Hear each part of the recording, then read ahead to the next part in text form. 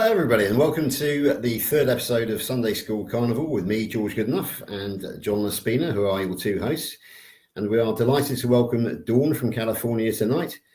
As you probably know, I am based in the UK. However, I decided this week that I would come raiding your shores because Dawn and I are great friends. And so I came to California and found my guest over across the pond tonight. So welcome to Dawn. And tonight we will be basically discussing what's been going on for the last week or so in the carnivore world. Dawn has a great story to tell. I'm very familiar with it. She's just been on holiday, and oops, something went slightly wrong, and there's a lesson in that for all of us. But I will not introduce myself first tonight. I will hand myself over to our lovely guest, Dawn, to introduce herself, and then we'll go back to John, and then I will finally introduce myself. So Dawn, please tell us all about you. Okay, well, as you know, I started Carnivore about 9 months ago, and I think you were the very first carnivore that I actually met, right? I mean, I posted about wanting to be a carnivore, but I used a clickbait title saying I hate carnivores. And it was because I was jealous. I wanted to be a carnivore. Well, oh, good, Robin's here. Okay, excellent. Hi. Lovely to see you, Robin. CarnivorousGrama. Lovely to see you, Robin. Good to be here. Thank you for having me. Okay, so Dawn is just introducing herself, and then we'll go around to yourself next. But Dawn, if you want to carry on with the introductions, and we'll take you from there. Yeah, so I went online because I didn't know any carnivores. I knew one carnivore, so I went online trying to find other carnivores. I made that clickbait title, which brought all the carnivores in. They were ready to go to battle because I was saying why I hate carnivores. And what I meant was I was jealous of them. And they realized that right away, you know. And so George and we clicked immediately. And thank God, because honestly, if I hadn't developed that community right away with the carnivores, I probably wouldn't have stuck with it as long as I did, because it was difficult for me at first. And the reason it was difficult is because I was such a sugar addict. And to give up sugar, you know, the elimination part of this was so difficult, and I was struggling. But George was really kind, and he said, you know, you don't have to dive in head first and become a raw carnivore, because that's where my mindset was. You have to eat raw meat. He's like, no, ease yourself into this. So that's what I did.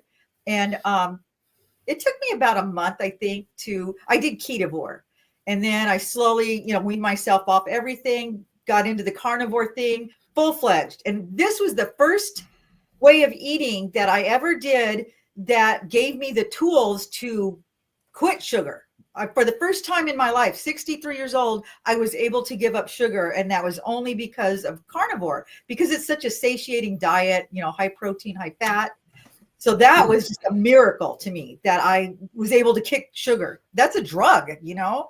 And after kicking that, just the elimination process, I felt amazing. I got rid of all my inflammation, and I had so much pain, all over pain. It was gone completely. So my mind's blown, right? You know, and then each month there was something new, something even more wonderful would happen. And I started losing weight. Although the weight loss was definitely secondary to the overall healing. You know, I was going through this healing process, and it was wonderful. And that was my only complaint, was the weight loss was slower than I would have liked, but it was steady. I ended up losing 60 pounds.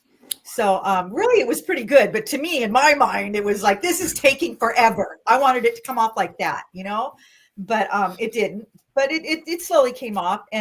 And I would falter every once in a while, and George would pick me back up and, you know, dust me off. And like I said, he's the only reason I stuck with it as long as I did. You know, he was very encouraging. And that's what I found with the whole carnivore community. There was no carnivore police. Nobody was judging me. They wanted me to feel good. They wanted me to, you know, stick with it. And so everybody was very encouraging, very kind.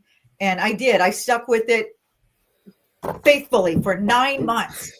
Yeah, for 9 months I stuck with it, and just this last month I deviated, and I'm paying the price. So now I have to get back on the wagon, and that's why I'm here. I need some more encouragement and inspiration because I'm paying the price. I'm hurting all over again. The inflammation's all back, full-fledged. That's brilliant, Dawn. What we'll do then is we'll actually come back to that and we'll talk about what happens when you go on holiday and things go wrong. So you can actually tell us a full story of how you went to Morro Bay, was it? And then Morro what's Bay. wrong there. Exactly. But for the moment, we'll go over to Robin and I'll say hi to Robin. We haven't actually met Robin, although I have seen you on many panel shows before, so I know a little bit about your history. But please introduce yourself to the viewers. Hey, George. Hey, Dawn. It's nice to meet the both of you. Hi. Dawn, I love your handle. Very cool. And Thank you. Again, John, it's so good to be here with you guys tonight. My name is Robin Herent, and I am your carnivorous grandma. I actually have been carnivore for almost 2.5 years now. Wow. Yes, I started from being a perpetual dieter, always going up and down, yo-yo dieting. And the funny thing that you were mentioning at the end about the fact that the carnivore way of eating, it will impact your weight, but not necessarily in the way that we're used to, like all the crash diets that I used to do. So I had a lot of issues. The biggest one that people could see the most was this eczema that I had. And so I always looked like I had 2 black eyes and a dark ring around my mouth. My hands were all blistered up. In fact, I went to go get fingerprinted for traveling out of the country, and they were not able to lift my prints because my hands had peeled and blistered. Wow. So often that basically I didn't have fingerprints anymore. My goodness. That's crazy. So the eczema was pretty wild. I had IBS with constipation. I had sleep apnea. And of course I was overweight. And I guess I would still technically be considered to be overweight, but I'm letting my body do what it do by eating the proper human diet. So 2.5 years, and I love it. And I cannot wait to hear this story about how you went off the rails, because I feel like I had done keto for 10 years. 5 years of keto, 5 years of what I like to call Cheeto. Because one summer I decided that I was going to have some sweet corn because it was summer and I deserved this. Right. Of course. Yep. So I got what I deserved, which was 5 years of Cheeto and unable to get back onto keto. I finally found the carnivore diet through, I watched a number of people, but Dr. Berry was the person who actually convinced me to try it when I saw him do it. And I thought, well, he didn't die. So that's good. I thought I would try it. And since February 22nd, 2023, this has been my way of eating. And I can't ever imagine going back to any other way of eating. Right. Perfect. Thank you, Robin. John, would you like to introduce yourself to the viewers? Sure. Please? Hi, Dawn, Robin. So good to be here with George. Told the story so many times, I don't want to go into the intense detail. I had a laundry list of issues that all got better. I'll list just a couple of them. I had severe lower back pain, persistent from my 20s until my early 50s, and it turned out to be inappropriate. Inflammation, which came from seed oils. It came from seed oils. And I didn't know, but when I eliminated it, no more back pain. Ever. It's like that. Crazy? That was the answer. All this time I did everything in the world to take care of the back pain, and this is all it was, but I didn't know. I have paroxysmal atrial fibrillation, AFib. Was on all these medicines with a laundry list of side effects, and I'm off the meds and I'm in complete remission. I almost never go into AFib, and when I do, it's for a minute or two, once or twice a year. Amazing. And of course, there was the weight. I had about 35 pounds that put me in an unhealthy, not obese, but not very comfortable. That just fell off. When your body gets healthy and all the other areas clean up, the weight happens to do what it's supposed to do. So when Robin said she feels like she's not where she needs to be, she's just going to trust her body. And that is I just smile because that's what you need to do. You need to let your body normalize and heal itself on its own time frame because you're eating the proper human diet. And that's exactly what we do. Right. I loved how you talked about easing in, Dawn. If you ease into this instead of just go carnivore, boom, it's healthier for the body because you have to get rid of the toxins and your body is rebalancing minerals and electrolytes and water retention and all of the oxalates, lectins, and phytates. Your body's used to all the sugar. If we slowly ease into this, you allow your body the bandwidth to do the healing, and you can rush into it and dive in, but then you have to deal with, the side effects, the keto flu stuff. And a lot of people quit because of that. So easing in is something I totally recommend. The fast results that we want that don't happen, we need to take a big dose of vitamin P for patients. I've learned that things that are worth anything take time. And we took time to get this way. It's going to take time to heal.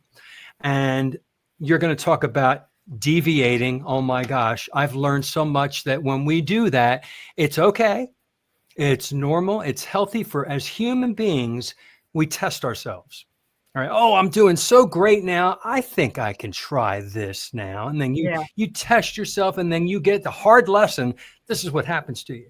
And you're like, whoa. And that's such great confirmation, actually. It's good information to say, okay, I know I can't have that. Even though I knew, I was testing myself. So testing is good. We tend to put a lot of guilt on ourselves and beat ourselves up when we make mistakes. And we have to forgive ourselves and realize that we tested and we learned and we're flexible and we're going to move on and get strong from that. So that's what I've learned over the 6 years being on low carb. I've been carnivore for 2.5 years, going closer to 3 years now. I'm going to be 60 real soon in a couple of weeks. And I feel 30. Right? Seriously. So I'm going to leave it there. Right. That makes Thank it you, John. worthwhile. Thank you, John. It's okay. It's over to me. And as I introduce myself on my YouTube channel, my name is George. I'm your 59-year-old carnivore friend from Bridgewater in the county of Somerset in the United Kingdom. And I'll add tonight that I'm almost exactly 7 weeks younger than John. So we could be twins from across the pond. September the 2nd is my birthday, if anybody's actually interested. So, my story is one of, it started on March the 1st, 2022. And it didn't start with me discovering carnivore or anything like that. It started with me discovering that I was a type 2 diabetic who was morbidly obese at 293 pounds. A very kind nurse called Nurse Kath Moran took me into her office and basically told me that all carbs are sugar, even the ones that don't taste of sugar. So I had some prescriptions in my hand. I went and put those on the kitchen table, did some research, found out that I could get rid of type 2 diabetes without the help of metformin or statins, threw away the prescriptions, went away, did the research, and here I am 3 years and 4 months into it. And I now weigh 173 pounds from 293, so 120 pounds down. I weigh the same as I did. Thank you, everybody. But I actually now weigh the same as I did when I was 17 years of age. Oh my God. And my diabetes team, my nurse, great nurse Abby, tells me that after my third perfect HbA1c, I'm now cured of diabetes. And she added that I am the most spectacular success story that she personally has ever seen when it comes to reversing type 2 diabetes. So that's my story. A bit of history about myself. I think, as I've told most people, I am an ex-British soldier. I was in the first Gulf War, Desert Storm, as you guys know. We know it as well, really. One thing which I don't often mention, and I will mention for the benefit of Dawn tonight, because I know there is a connection, and that's I was actually detached to the United States Marine Corps for the Christmas and New Year of 1990 into 91. I served with Radio Recon Platoon of the 1st Marine Expeditionary Force. And I know that Dawn has a connection with the USMC, so I thought I'd chuck that one in as a bit of extra interest. I discovered carnivore through Dr. Ken Berry. But not only Dr. Canberry, but through Kelly Hogan as well. I didn't discover carnivore until August of 2022, so I was already 6 months into my low-carb keto journey when I discovered carnivore. But the particular video which caught my eye was Woman Eats Only Meat for 13 years, and this happened. I went on to it, not sure what to expect. Did it mean that she would have bowel cancer? Did it mean that she would become enormously fat? But of course, it was Kelly Hogan. And the transformation that I saw Kelly go through, and just the sheer energy that she was exuding, and what a good-looking girl as well, shall we say. That made me realize that carnivore was feasible. I then carried on with the research, but I had another year of transitioning through before I actually took the plunge, thanks to our friend Larry Allhands, a carnivore soldier, who told me, come on, George, it's time you did this. So I did, haven't looked back, and here I am sat with you tonight. Very much looking forward to this. And and I'm with some great friends, and I've got so many friends around the world now, from Dawn in California, and now I've got, where are you from, Robin? Which state? I am from Michigan, Kalamazoo, Michigan. Okay, I'm gonna add Michigan to my collection of state names. Obviously, I've got Kerry in Wisconsin, John in Florida, and Dawn in California. Lots of time zones here. Yeah. So anyway, to carry on with the show, I think we've already set the tone. What we're going to do tonight is we're going to look at how we deal with las vacaciones, or los vacaciones, vacation or holiday as we call it here in the UK. And so how do we cope, or how do we not cope, as we might be hearing in a minute? Because I happen to know that my big sister Dawn has just come back from Morro Bay in California, and she has a tale to tell. So it's over to you, Dawn. Tell us about Morro Bay with your wonderful family. Tell us about your family, but also tell us what went wrong and what the consequences are. Well, I had been looking forward to this vacation because I knew ahead of time that I was going to allow myself some freedom food-wise. I thought, I'm going to be on vacation. I've been dedicated for 9 months. I felt I was doing amazing. I felt wonderful. No aches and pains, I had totally healed. And I thought, I'm not going to overindulge, but I'm going to have a few things and it should be fine. Because when you're camping with grandkids, everybody wants to do s'mores, and we make dessert over the campfire, all that kind of stuff. And I thought, I'm not going to deprive myself because I'm like a child. I'll feel, cheated. And, normally at home with just my husband and I, we don't have that stuff. So it's not around. I don't see it. I'm not tempted. So it's easy. But I knew, we were going to be with all my kids, be those type of foods around. So I thought, rather than feel deprived and, be sad, I'm just going to allow myself to have, a few tastes here and there, and it should be fine. Right. I did have some s'mores, and the first day I didn't feel it. So I thought, okay, this is cool. Maybe I can do it. But by the time we got home, I was in inflammation from head to toe. All my pain had come back in my joints. I had really bad knee pain. And it was severe. I thought I was going to have surgery for it prior to finding the carnivore diet. And once I got rid of it, it blew my mind because I was walking with the cane. And it hadn't come back in 9 months. It was just amazing to me. No physical therapy, no pain pills, nothing. It was just gone.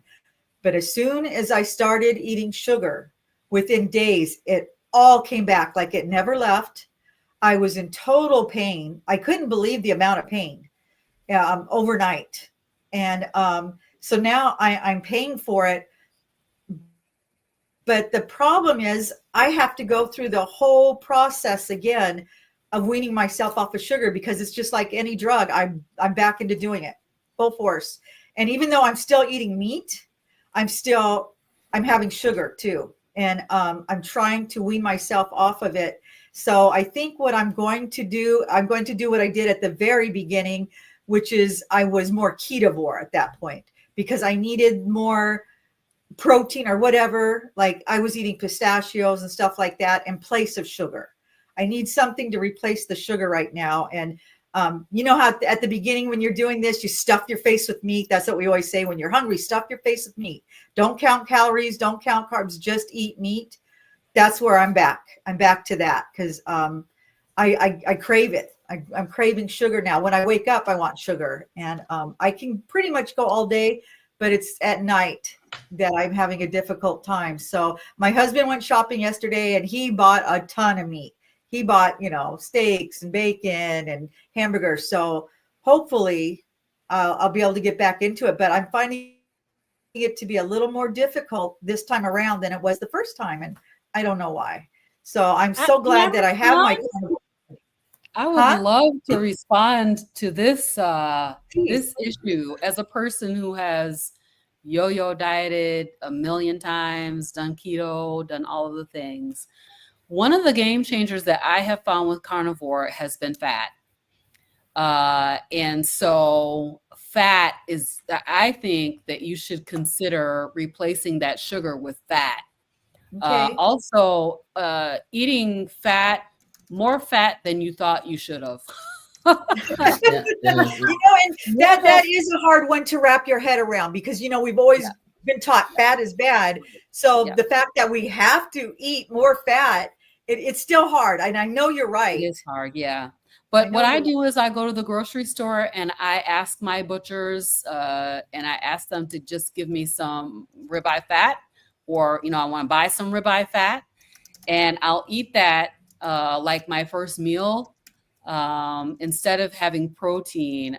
So I just feel like ketovore is going to continue to perpetuate your cravings, because even if you're eating things that don't taste sweet, they still are going to convert to sugars in your body and treat your brain the same way as if you ate a donut or a cupcake or a s'more.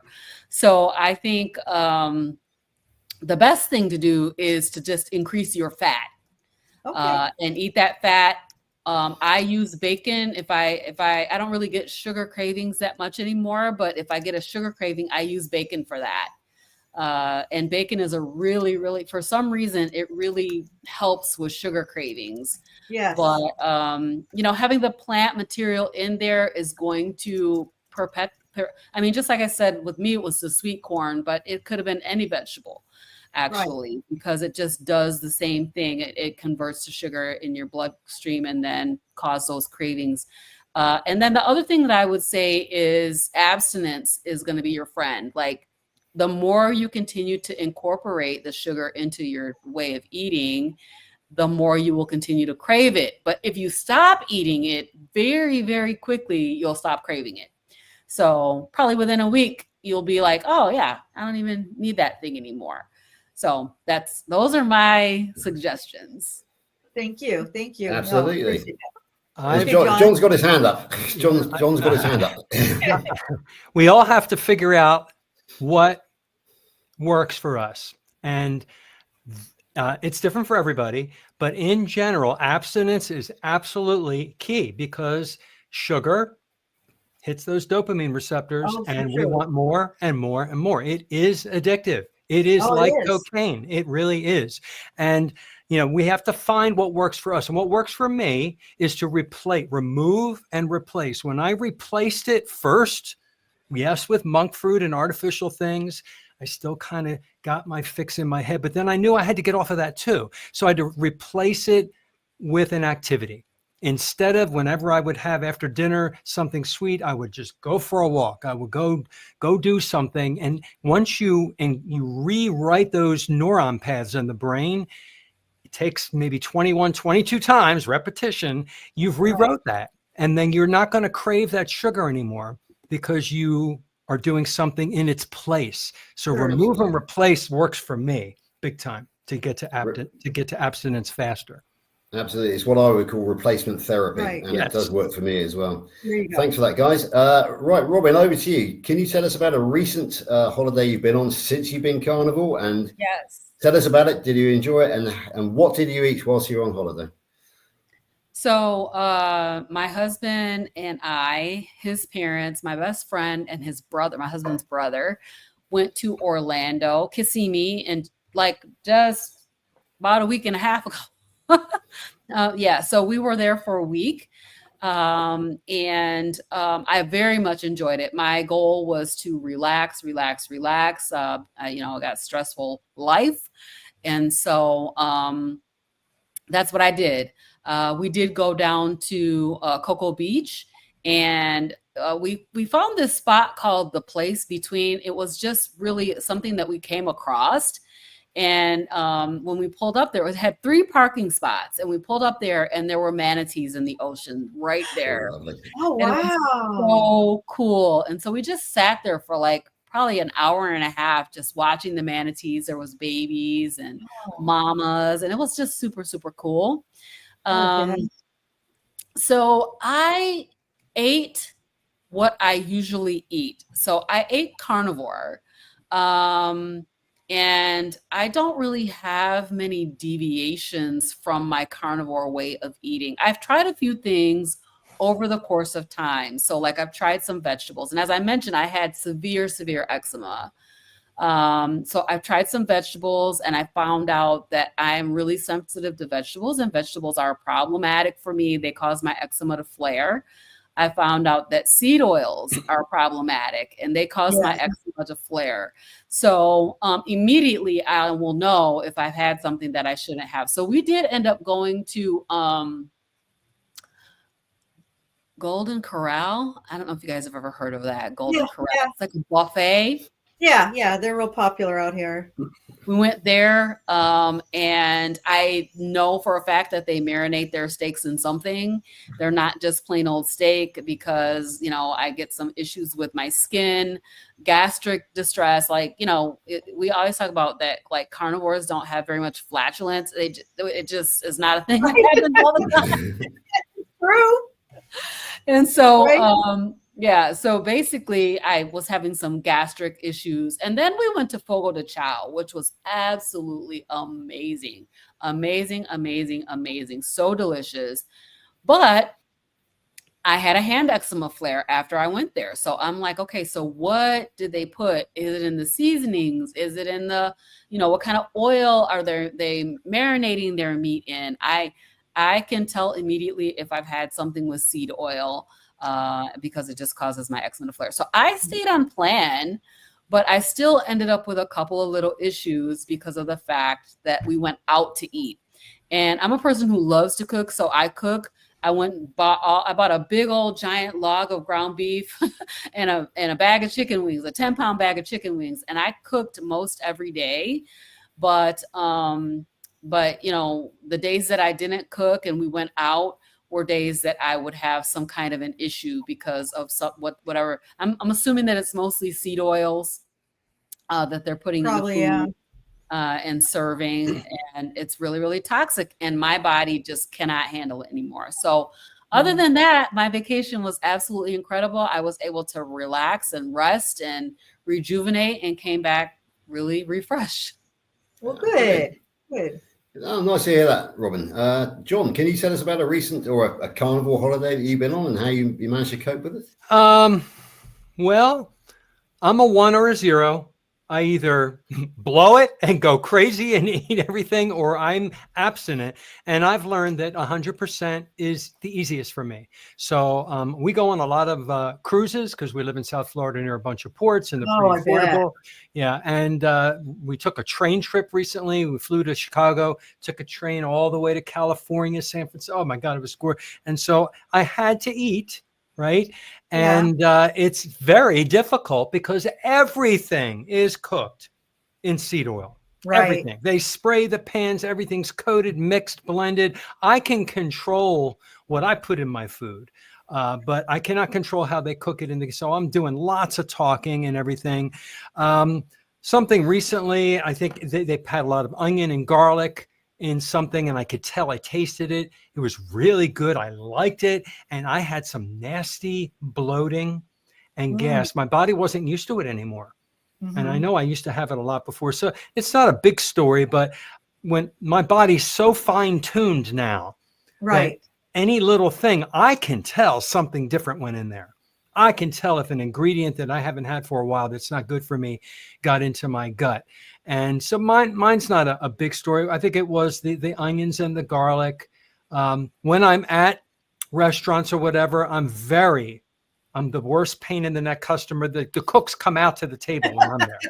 And I'm very firm. It's my money. It's my I need it cooked this way. I even bring my own little container with ghee because I can't even trust their butter because they call it Wow. butter, but it's a blend. It's Really? a butter blend. And Indeed. almost all restaurants, very few restaurants use real butter. So, Robin's brilliant for just, cook everything yourself, eat everything you can at home, which is difficult when you travel.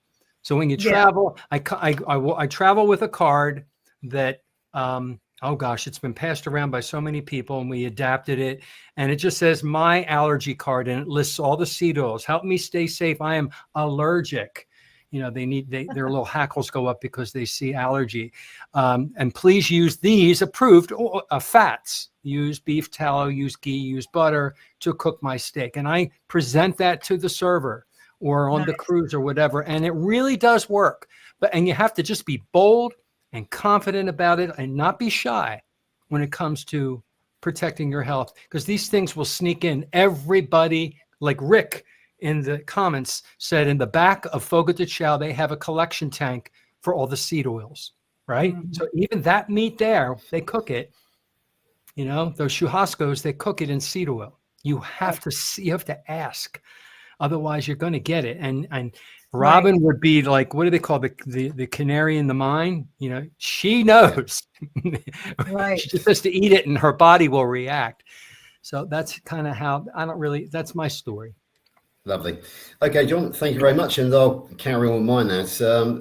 Lainey and I used to travel a lot when we were in our youth, and we used to go abroad. But since we've been carnivore, and Lainey is heading towards carnivore. I was obviously quite ill myself, and Lainey is a cancer sufferer. She's in remission, but it kind of makes traveling abroad difficult. So what we do is we have long weekends in a local forest in a luxury camping lodge. It's called a deluxe camping lodge, and it is absolutely stunningly beautiful. And it has a wood fire hot tub outside. You get the benefit of that, and it also has a barbecue as well attached to it. So we are fortunate enough to be able to take our own chops, our own sausages and bacon for the morning, and Lainey loves to fry the eggs as well. So we actually don't have any problem as such when we're on holiday in going off plan. However, we have a social life, and I got caught out quite badly, not this summer but last summer, because it was the lady whose birthday it was, or it was her party anyway, and she wanted to go to an Indian restaurant. So I found myself in an Indian restaurant. I didn't really understand the menu. And somebody said, oh, well, if you eat this particular dish, it will be dry. There won't be a sauce for the seed oils. Unfortunately, there was a sauce with it. So I picked out the lamb as best I could from the sauce, and left most of the sauce. But the fact that it had actually been cooked in a seed oil sauce didn't go unnoticed by my microbiome, the little guys down under in the boiler room. The next morning, I had the worst. Thank you, Lynn Tucker of Carnivore, for that one, by the way. The next morning, I had the worst migraine that I've had since I was clinically depressed back in 2011, 2012. It was right behind my left eye, and it reminded me very much of when I was suffering at my worst from malnutrition. So that was it. It was just a little bit of seed oil. The meat was good. It was lamb, but the seed oil caused me to have a 4 ibuprofen migraine the next day. It had gone by lunchtime, but it was just a lesson to me that you can't, once you go clean, you cannot go back. You really cannot go back. So right. I haven't been back since, and I am in the health of my life now, both physically and mentally as well, because I'm taking on many projects, which I think John knows about and Dawn knows about, the Great British Meetup. I'm doing this. I'm co-hosting with John, and I'm also undertaking the 13-week Dr. Kilt's Health certified keto and carnivore coaching course, and as well as doing a 60-hour-a-week job in construction. But I only need to sleep 4 to 5 hours a night, and Lainey finds me irritating from that point of view, because basically I'm up very early in the morning. So when do you get back to bed? And so I have to go downstairs, and I usually watch YouTube. That's when I catch up with you on the daily Dawn, actually, to be honest with you, Dawn. So that's my story of how I sort of came off the came off the rails once, and I certainly suffered for it, and I won't be going back.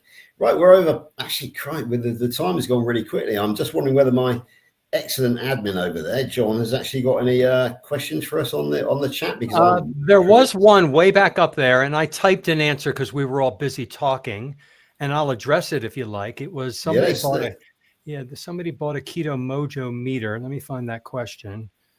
And they just asked, what is that? How do I use it? So I have one, and I've used it for a long time. I'll explain it. Let me find that question here. Where did the question go? I answered the question by typing in, and I actually posted my video demonstration on how to use it. All right, so I can't find it anymore, but a Keto Mojo meter. I met the guy that invented the Keto Mojo several times. What a great guy. And basically, like a blood glucose finger stick the diabetics use, you prick your finger with a lancet, and you put it on the little strip, and it goes into the meter, and it will tell you what your beta hydroxybutyrate, which is, there's 3 ketone bodies. The one in your blood is the beta hydroxybutyrate, the most accurate one to measure to see what your ketone levels are. And if it reads 0.1 or higher, you have some ketones flowing. And you want to try to be up at like around, 0.5 or higher, 1.0, 1.5, 2.0. And for people who are just starting, getting off the standard world diet and all the sugar and carbs and everything, they want to see if their body is starting to become fat adapted, if they're going into ketosis. It's a tool, just like a scale or a tape measure. You're measuring your blood ketones, and it just validates, oh, look at that. I'm in ketosis. Cool. Okay. I'm going to continue to eat this way. All right. It's tomorrow now. Let me see how I'm doing today. And you test it, and it gives you reassurance and affirmation that you are on the right track. I used it for a while. I don't use it anymore. I still have it. It's in the drawer. It's a cool tool, just like a glucose meter. And the new meter will do glucose and ketones. It's 2 different strips, so you can actually get the average. They offer an average that Dr. Seyfried talks about with the cancer study. So it's a really cool device. And it's called Keto Mojo? Keto Mojo. I know you can buy it in the United States. I don't know if you can buy it in another country yet, but Keto Mojo. Okay, I'm going to look that up. Okay. Yeah. Brilliant. Okay, thanks for that, John. With no further questions that we've actually got, I suggest we talk about the standard national, well, in my case, National Health Service, the standard of care, I think you call it in America. I had a wonderful experience yesterday. I met a young lady of my age, called Terry Underwood, who is a project manager for the health of armed forces veterans here in Somerset. We met last year. I told her my story. She was very, very sympathetic. A year on, I met her yesterday. She was looking for me. I was looking for her. And we sat down. We had an hour-long conversation. And I was able to tell her that my story has continued, that I am hopefully going to become a health coach myself. And inevitably, we ended up with a conversation. Now, the conversation covered many things. I was able to enlighten her about Ansel Keys and the 7 Nations study and the Minnesota coronary experiment, etc. But the 2 I'd like to really sort of pick on now is the first one is cancer, because my wife Lainey was in the conversation as well, and she is a cancer in remission from breast cancer, but with the complication of Paget's disease. Look it up, which means that she has to be on long-term oral chemo twice. Great friend Stephanie, who will be speaking at the Great British Meetup, and who was on here. You will remember because she was my first guest on Sunday School Carnivore. She is actually a stage 4 ovarian cancer sufferer, and she is currently going through chemo. Now, the thing that both Lainey and Steph have in common is boundless energy. They are going through chemo, which is supposed to put you on your back. It is supposed to basically make you virtually disabled. Steph and Lainey are both bouncing. They really are. So what we kind of had a bit of a discussion about this, Steph, Lainey, and myself, and both have decided that you have to have some sort of medicinal or pharmaceutical intervention. Stephanie tried it without, and the cancer came back. So she has actually attempted it. So what we came up with is basically with the energy that they have, even though they're on chemo, we came up with this saying: chemo fights cancer, carnivore fights chemo. And Terry Underwood, the lovely lady nurse, she really, really liked that one. So that was good. And the other one that we definitely agreed on, well, in fact, Terry and myself agreed on nearly everything. She invites me to her conferences. I was able to invite her to mine, which is going to be the Great British Meetup, where we've got a couple of great speakers. But we also talked about the GLP-1 agonists, Wegovy, Mounjaro, and Ozempic. And she was very, very anti those. And I borrowed from Dr. Anthony Chafee and said that it's not all about the weight loss. The weight loss is secondary. On low carb, it's all about gaining health. You gain health, and a marker of that is the weight loss. Whereas with the GLP-1 agonists, it is weight loss, which is not a marker of health, because unfortunately, Lainey and myself know several people in our acquaintance who are using it. Yeah, they're losing weight, but they also can't get out of bed in the morning. They can no longer go to the gym as they did before. They're losing the weight, but they're losing the muscle mass as well, and they're losing the energy. Wow. So, yeah, those are my two thoughts. The cancer, the fact that cancer does require pharmaceutical intervention. However, it can be mitigated by carnivore. And basically, as we all know, going low carb and going carnivore can achieve far better results than Mounjaro, Wegovy, or Ozempic. And of course, it's a lot cheaper and a lot nicer as well. Oh, carnivore is fun. If carnivore wasn't fun, we wouldn't all be here tonight having a laugh, would we? So right. So those are my thoughts. Has anybody got any thoughts on either of those two subjects? I was curious because you do see so many people using that. I mean, everywhere I look, all over my YouTube pages and in real life, I know so many people, and it just is so disheartening because carnivore is so much better. I have had weight loss surgery, and I have lost more weight doing carnivore than I did with the weight loss surgery without all the terrible side effects. So when I see people using that drug and I see all the side effects from it, it makes me sad, that they're taking advantage of people, because everybody wants to lose weight. Everybody wants a magic pill. And honestly, carnivore was that magic pill for me. I was 62 when I found it. I've tried every other diet, weight loss surgery. None of them did for me what carnivore did for me. I mean, sure, the other diets helped me lose weight, but they didn't heal me. Carnivore actually heals people. And, trying to explain that, because most of us go on a diet strictly to lose weight. And, you have to understand the process. Even I didn't. George explained it to me early on. You have to heal. Your body needs to heal, like you guys all said. And part of healing is losing that excess weight. And it may not come right away because your body's working on healing these other things, which is fine.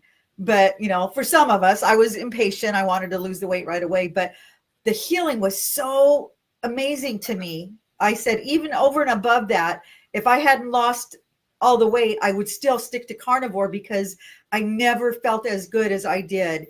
I have been feeling since I've been on carnivore. I mean, the energy level, the healing. Well, you guys all know, you feel like you're in your 30s again. You do. And what I just love, I just did an interview with Dr. Kiltz, and his main idea for the whole interview was keep it simple. Just eat meat, salt, water. You can have, other things that come from other animals, but carnivore, you're removing all the toxins. And then what's left, your body has now the ability to do what it has been, what God gave you the ability to do, to heal. Yeah. Your body can't heal when it's constantly being barraged with toxins and too much sugar glycation. And then the insulins, the insulin roller coaster. When you remove all of that, your body can go, oh.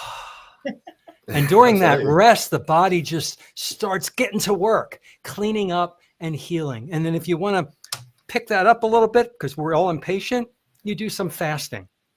There you go. Speeds the healing up even more. It really does. See, that's the one thing I haven't done, and everybody talks about that a lot, and I really do want to try it, is that the intermittent fasting? Well, when does your last meal at one day and the next meal the next day? What is that space from dinner to breakfast? Oh gosh, how many hours? I eat around 5 at dinner, and Okay. then I probably don't eat again until 10 a.m. Well, you're already intermittent fasting. Okay. That is an intermittent fast. It's usually, 18 hours. Now, if you want to enhance that a little bit, stretch that first meal a little longer in the morning, and then you've just extended your intermittent fast. And then if you're interested in trying a longer term fast, start with 24 hours, see how you do. And if you like that and you're like, oh, all this autophagy, you start noticing some amazing changes, skin, all this wonderful stuff happens. Try a 2-day, then a 3-day. I mean, just like my advice about easing into carnivore, you can try fasting by easing into that too. I recommend Jason Fung. I'm sure you've heard of him. He's a doctor that talks about fasting, and you don't have to fast. An intermittent fast every day is basically all your body needs to rest and reset. All right. Okay. So that we're not constantly eating lots of meals and snacks. Right. Okay, brilliant. I do want to chime in on this question about cancer, though, because I think I was thinking about Jeff DeProsperous. I don't know if you guys remember Jeff DeProsperous. Of course, yes. And the vitality that he had while going through drastic stage 4 cancer and lots of chemotherapy.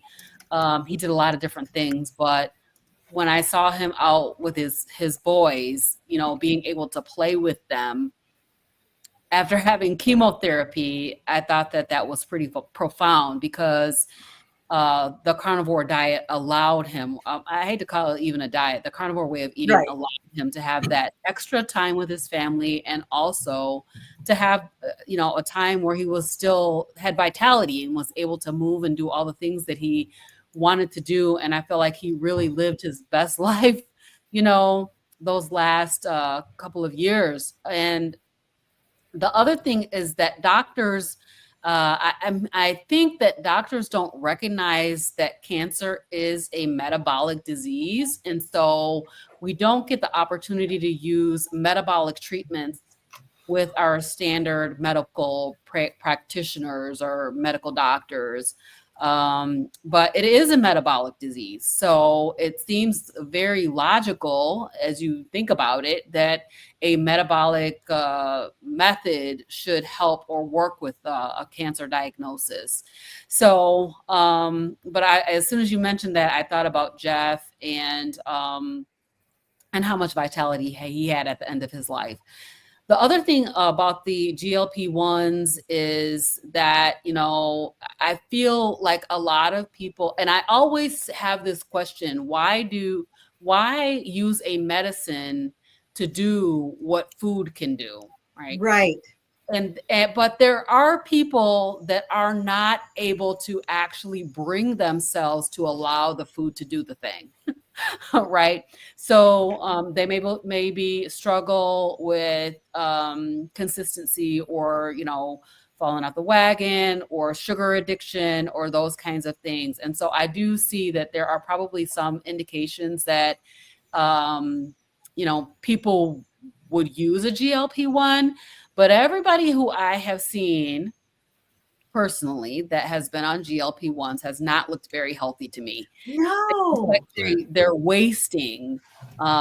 Their bodies are wasting. They're losing their muscle mass. And so I don't know if it's an overdose. I know that there are some folks that are talking a lot about GLP-1 microdosing and what a game changer that is. But I am still of the mind that why would I take a medicine? I don't want to be on any medicine. Right. So, I was heading towards hypertension. They put me on medicine, and I used food to get rid of that. Right. And so I don't want to allow these pharmaceutical drugs that I don't know what in the world they're doing inside my body to replace what I can do with food. And now that I know that I can do it with food, there's just no way. I just can't ever see myself allowing myself to try it. Exactly. Yeah, most carnivores I know aren't on any medication, and they most look amazing. well, right. And most folks I know in my age bracket, 60 and above, are on either cholesterol meds or blood pressure meds or anxiety meds or depression meds, whatever. You're right. You're right. I know so many. Right? It's, you compare your meds, but yeah. no, I don't know any carnivores that are on medication. I also learned that these GLP-1 agonist drugs, you're taking so much of it, and one of the side effects is it lowers stomach acidity. So now your stomach cannot digest enough protein, so you're getting malabsorption of protein, and that's why they're malnourished. That's one of the reasons they're malnourished. I have a family member that tried a GLP-1, and literally their stomach like locked up and froze up. It would not work. Gastroparesis. Process. I'm like, why? Can you just? But I guess some people do struggle with being able to make lifestyle changes. It can be a beneficial tool for the people morbidly 400, 500 pounds. They're going to die. It's the last chance. Let's start you on this. Right. But then the responsible thing is to remove it, and the patient needs to learn how to eat. Yes. So there is a place for it. But not, I want to lose 30 or 40 pounds. I'm going to go see my doctor and inject and then still eat sugar. Yeah. Exactly. What's the deal with, I don't know if you've noticed, they call it the Ozempic face, because you lose the fat in your face that gives you a more youthful look. Yep. And you don't regain it. It's aging, which you would think all these women who are vain enough to go on this medication to lose 30 pounds would think about that, because they get that Ozempic face. You can tell when they've used that to lose the weight. And we'll look at Sharon Osbourne, and they have all these celebrities that are using it, and they have a look. You can tell right away. It's not a healthy weight loss. No, exactly. Just I'd like to jump in here really, because I'm organising the Great British Meetup, and we just produced a promotional poster for the event on August the 2nd. And what we've done is we made it colour. Carl from the Prime One Lifestyle has, and I think we've got 9 peak carnivores on that poster. Now I took it out to the farm run by the caterer yesterday, and I asked him to put it up in his farm shop. And he took one look at it. He said, "George, I will be proud to put this up." He said, "because all of you are carnivore and all of you are so irritatingly healthy looking that it's going to attract my customers to have a look. And I'm going to tell them that it is the carnivore lifestyle that has done that. These aren't models or anything. I'm safely in the background, I'll have you know.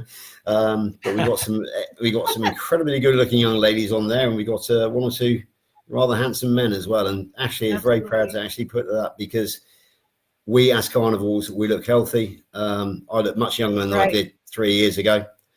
Alex Cannon, he's very famous. He was an Olympic swim coach, but became very fat. Then went carnivore. He's now coaching full time again at the age of 66. Dawn. So he's unretired, doing very well for himself. And Kerry actually showed Dr. Berry a picture of Alex when he was 65. Dr. Berry is being polite, but he said, "No, maybe 35." So Dr. Berry got his age 30 years wrong. Right. So yeah, it is kind of aging in reverse. The only thing I will say is that the reason I wear this hat is because my bald head would be very shiny. So the hair hasn't fully come back yet. However, having said that, I do notice there is a sort of small growth of fluff again on the bald head. So really? So it's making an effort to come back. So yeah, as I said, I am the same weight as I was when I was 17 years old, and it's almost like my body is trying to sort of go through, I don't know, the hair growth all over again. Anyway, folks, yeah. Okay, that's good news, Dawn. That's brilliant. Right, I'm actually looking at the time here, and we've actually, unbelievably, been going for nearly 55 minutes. It flies. And yeah, it does fly. I mean, the thing is, I'm faced with 2 absolutely beautiful ladies, and whenever that happens, I always find the time flies much quicker. So that's the reason why. So what we traditionally do now is in the last 5 minutes, we wrap up the conversation by going around and saying, where can we find you? And is it Facebook? Is it YouTube, Instagram, Twitter? I'm only on a few, so I don't know. But we'll go around the other way this time. We're going to start with John, and John's going to tell us where he can be found. All right. Thank you. I'm the Carnivore Teacher, or Carnivore Teacher 1965, which is my birth date. I am on YouTube, where this is streaming live right now. I'm on Facebook, Threads, X, and Instagram. On my YouTube, I also have links to my book that I just published, and the workbook companion, and the audiobook that goes with it.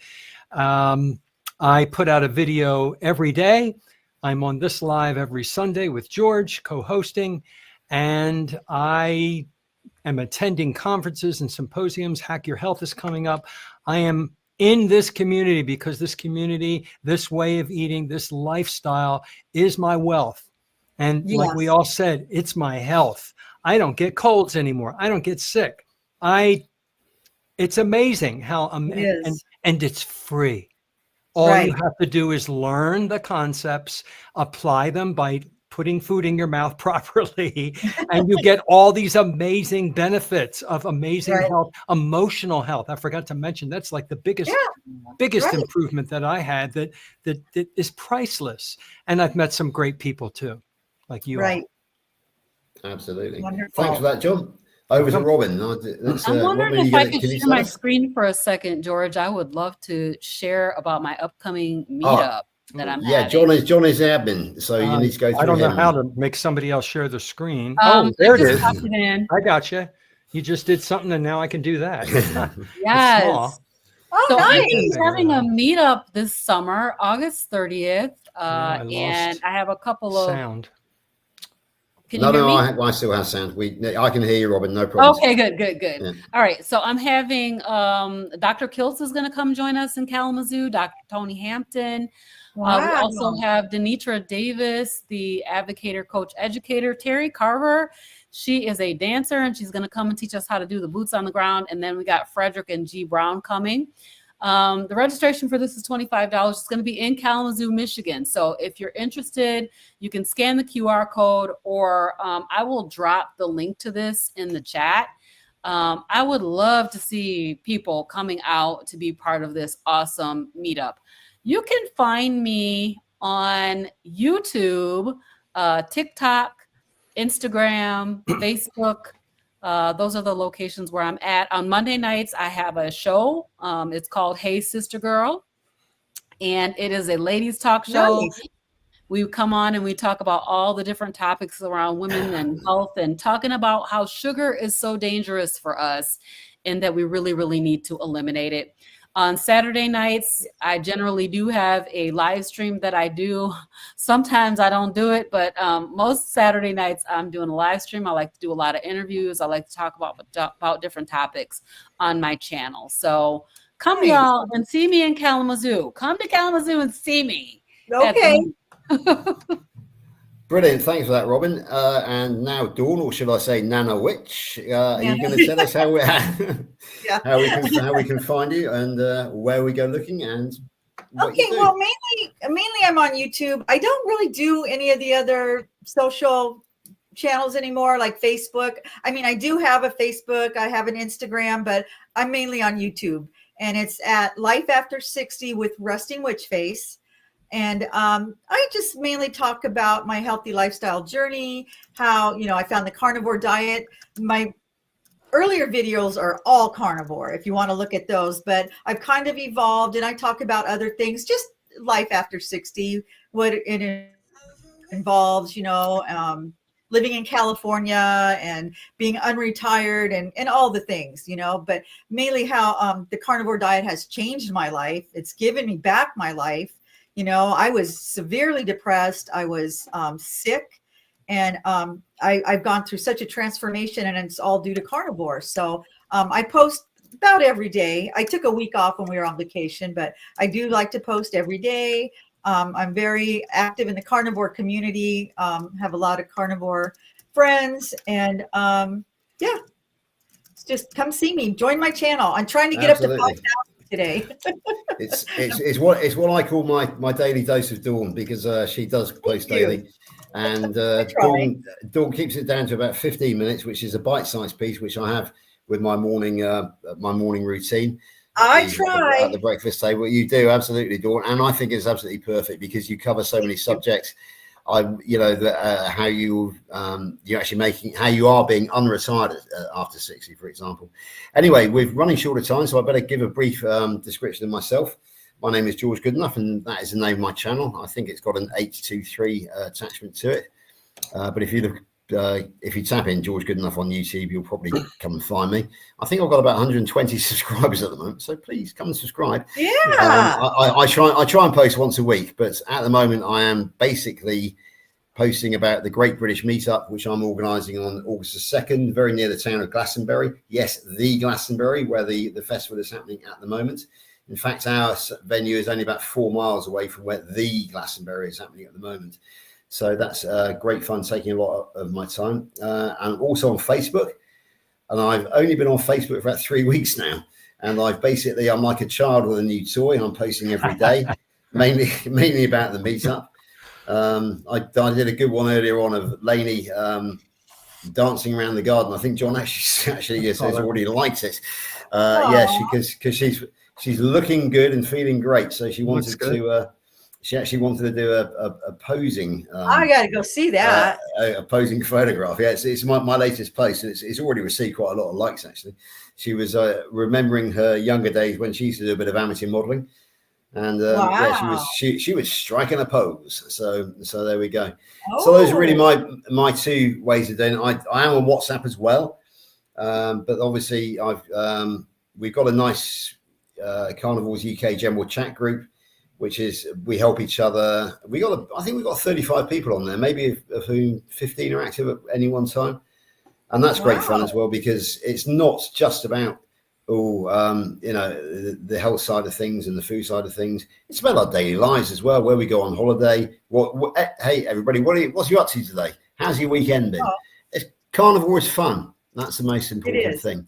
Anyway, I'm looking at the time, and we've actually slightly overrun, so class is late. The bell has gone. So I'm going to hand back to the headmaster, who has very kindly allowed me to fill his boots, and I'm going to ask him to wrap up the broadcast and end it in his own inimitable way. Well, thank you, my co-host, my twin across the pond there. I love it. This has been wonderful. Excellent comments and a few questions. And folks, we invite you to subscribe to all of our channels, and we will be back here next Sunday talking again, answering carnivore questions. Invite other people to come, and do your own due diligence. I mean, get on there, get on YouTube and subscribe to these channels. Dr. Berry, Dr. Chafee, George, Dawn, Robin, wonderful people who have so much to offer so that we can improve our health. Thanks a lot, everybody. We'll see you later. Thanks for having me. Bye, George. Bye, Robin. Stick around, Dawn. Stick around. Oh, okay. Yep.